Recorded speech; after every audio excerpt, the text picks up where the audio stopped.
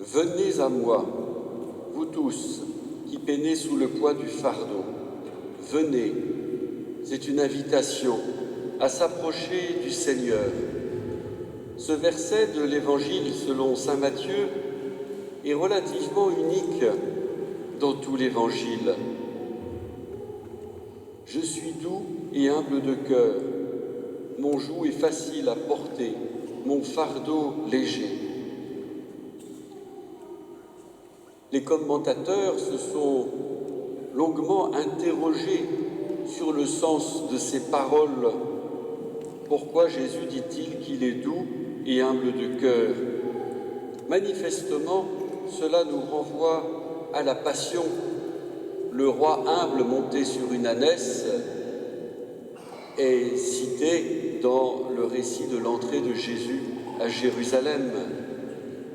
Oui, cette humilité de Jésus, c'est celle d'un Dieu qui accepte de donner sa vie pour sauver sa créature. Pendant plus de 1000 ans, ce texte a été commenté dans ce sens de la Passion, en le rapprochant de différents événements. Je pense à l'apparition à saint Thomas, puisque nous fêtions saint Thomas il y a 2 jours, où Jésus l'invite à toucher la plaie de son côté, celle d'où le cœur a fait jaillir l'eau et le sang. Et donc, bien sûr, il faut rapprocher de cela le récit de saint Jean décrivant le coup de lance sur la croix. Il y a aussi ce dernier repas de Jésus, mais qui est totalement lié à la Passion, où l'apôtre, le disciple bien-aimé, pose sa tête sur la poitrine du Seigneur, contre son cœur. Oui, quand Jésus parle de son cœur, il semble bien qu'il nous désigne d'abord sa passion, c'est-à-dire un cœur qui aime jusqu'à donner sa vie et un cœur qui souffre parce qu'il est marqué par l'injustice. Et puis, au bout de ce millénaire de commentaires finalement assez classiques, spirituels, eh bien, avec le Moyen-Âge, avec l'époque scolastique, on entre dans une nouvelle réflexion, différente, j'ose pas dire approfondie. Et il y a une figure de proue, je vous en ai déjà parlé lors de la fête du Sacré-Cœur, c'est saint Bonaventure. Saint Bonaventure, docteur en théologie, compagnon de saint Thomas d'Aquin, deuxième successeur de saint François à la tête de l'ordre franciscain et nommé cardinal. Saint Bonaventure meurt à Lyon au cours du deuxième concile de Lyon en 1274. Il est toujours enterré dans la basilique Saint-Bonaventure de Lyon. Et Saint Bonaventure reprend tous ces commentaires avec cette spiritualité typiquement franciscaine, marquée par les stigmates qui avaient été conférés à saint François. Oui, saint François, fondateur de l'ordre, portait ces fameuses marques dans ses mains et sur son côté, et il en souffrait. Mais c'était le signe d'un attachement particulier au Seigneur. Alors saint Bonaventure ouvre une nouvelle voie en regardant cette plaie du côté du Christ.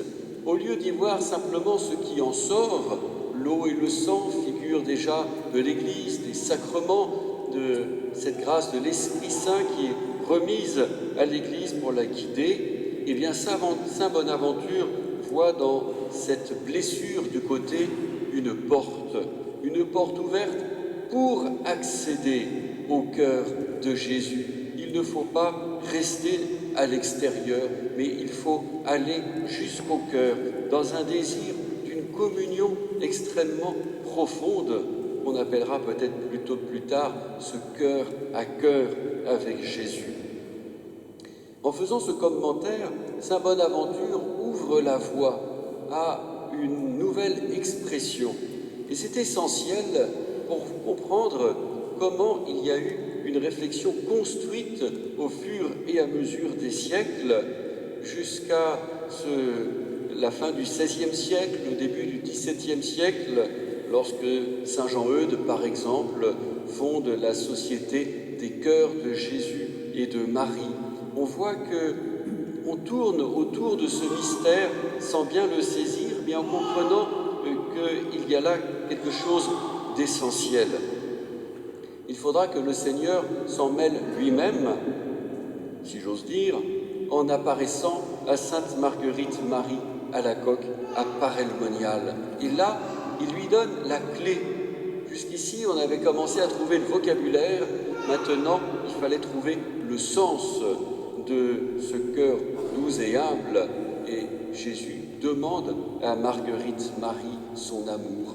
Toi, du moins, aime-moi. Une demande, une invitation qui vient éclairer le verset que j'ai lu tout à l'heure. « Venez à moi, vous tous qui peinez sous le poids du fardeau. » Eh bien, désormais, ce n'est pas simplement sous le poids du fardeau propre de chacun dont il s'agit, mais c'est le propre poids de la croix de Jésus. Venez à moi pour porter avec moi cette croix. Voilà cet amour que Jésus vient réclamer à Sainte Marguerite Marie, comme il l'avait fait, du reste, pour Pierre, Jacques et Jean au soir de l'agonie. Il les avait invités à partager avec lui cette prière, mais les apôtres épuisés s'étaient endormis.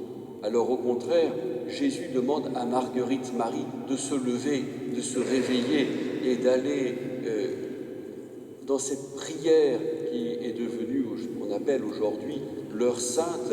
Tous les jeudis, en plein milieu de la nuit, il lui demandait de se lever et de s'associer à cette prière d'agonie à Gethsémani. Voilà, porter avec Jésus sa croix.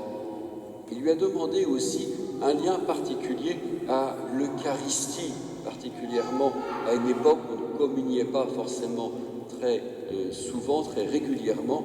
Il lui demande de communier spécifiquement chaque premier vendredi du mois, en attachement profond à ce mystère de la passion qui est une source de rédemption.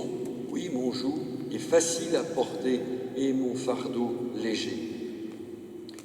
Voilà Marguerite Marie, maintenant dépositaire de cette clé de compréhension sur laquelle on va pouvoir construire toute une spiritualité de communion avec le Seigneur. Et Marguerite Marie reçoit la mission de faire instaurer une fête universelle en l'honneur du Sacré-Cœur. Et elle ne sait pas comment s'y prendre. Quelque temps avant la fin de sa vie, elle aura au moins la consolation de voir que ce qu'elle a transmis aux novices de la Visitation à Parelmonial devient quelque chose de central dans leur vie monastique. Et là, Marguerite Marie dit « C'est bien, je peux m'en aller ». Et elle annonce à ses sœurs qu'elle va bientôt mourir. Les sœurs ne croient pas leurs oreilles et ne comprennent pas, mais 6 mois après, effectivement, Marguerite Marie s'endort définitivement dans le Seigneur, en disant « Ma mission est accomplie », alors qu'elle n'a pas réalisé ce que Jésus lui avait demandé. Il faudra des siècles et des siècles encore pour que petit à petit, les monastères de la Visitation instaurent cette fête en l'honneur du Sacré-Cœur, puis que cela contamine les diocèses voisins, et puis que finalement, le pape lui-même instaure cette fête pour l'Église universelle et aille même, c'est le pape Léon XIII, jusqu'à la consécration du monde au Sacré-Cœur à la toute fin du XIXe siècle. C'est le moment où notre paroisse elle-même s'était consacrée au Sacré-Cœur. Vous voyez qu'il y a là une œuvre vraiment de l'Église, un travail spirituel de recherche extrêmement fructueux, où le Seigneur a donné les coups de pouce là où il fallait, mais il a aussi confié la mission, il n'a pas tout fait lui-même. Alors demandons-nous dans quelle mesure nous ne sommes pas aujourd'hui dépositaires de ce message, de cette mission.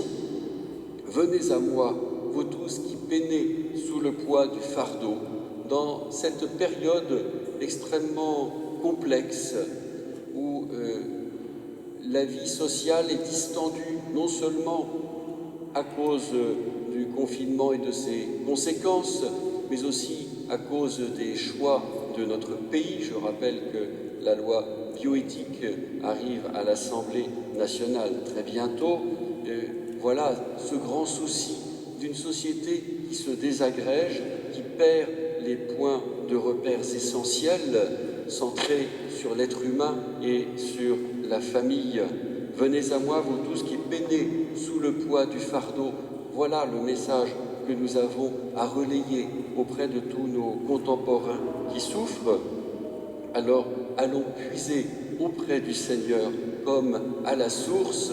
Rendons grâce pour avoir reçu cette mission et rassurons-nous, le joug est facile à porter et le fardeau léger. Amen.